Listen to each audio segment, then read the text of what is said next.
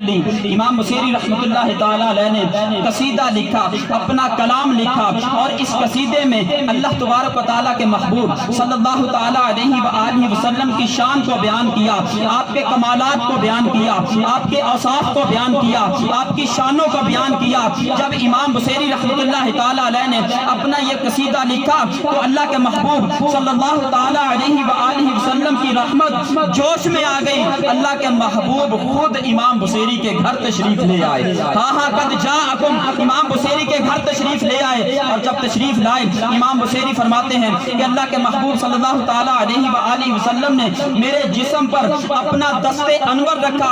امام بصیری فرماتے ہیں کہ سرکار کا ہاتھ رکھنا تھا، آپ کا جو ہے دست انور میرے جسم پر رکھنا تھا کہ میرا 12 سال کا فالج کا مرض جاتا رہا۔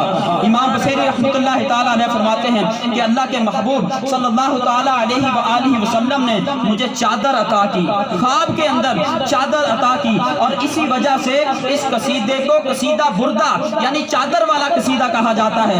امام بصیری کو چادر عطا کی، اور جب صبح اٹھے تو وہ چادر موجود تھی، وہ چادر لے کر صبح بازار میں نکلے۔ امام بصیری رحمۃ اللہ تعالیٰ علیہ جب بازار کے اندر نکلے تو کسی نے پیچھے سے آواز دی، اور بصیری بات تو سن۔ امام بصیری رحمۃ اللہ تعالیٰ علیہ سوچتے ہیں 12 سال کے بعد باہر نکلے تھے، فالج کا مرض تھا، چل نہیں سکتے تھے۔ امام بصیری سوچتے ہیں کہ یہ 12 سال کے بعد مجھے جاننے والا کون آ گیا؟ جب پیچھے مڑ کے دیکھا تو ایک بوڑھا ضعیف بابا آوازیں لگا رہا تھا۔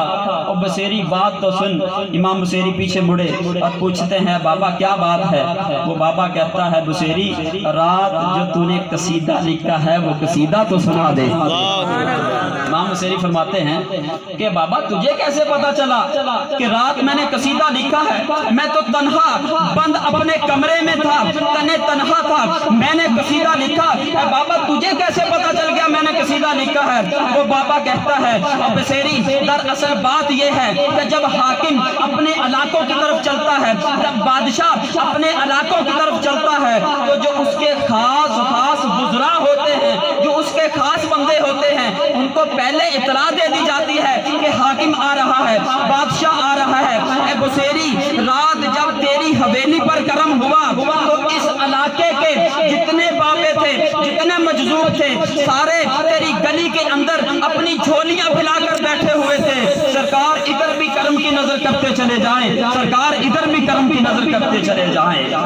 ہاں فریاد امتی جو کرے حال زار میں ممکن نہیں کہ خیر بشر کو خبر نہ ہو، واللہ وہ سن لیں گے، فریاد کو پہنچیں گے، ایسا بھی تو ہو کوئی جو آہ کرے دل سے۔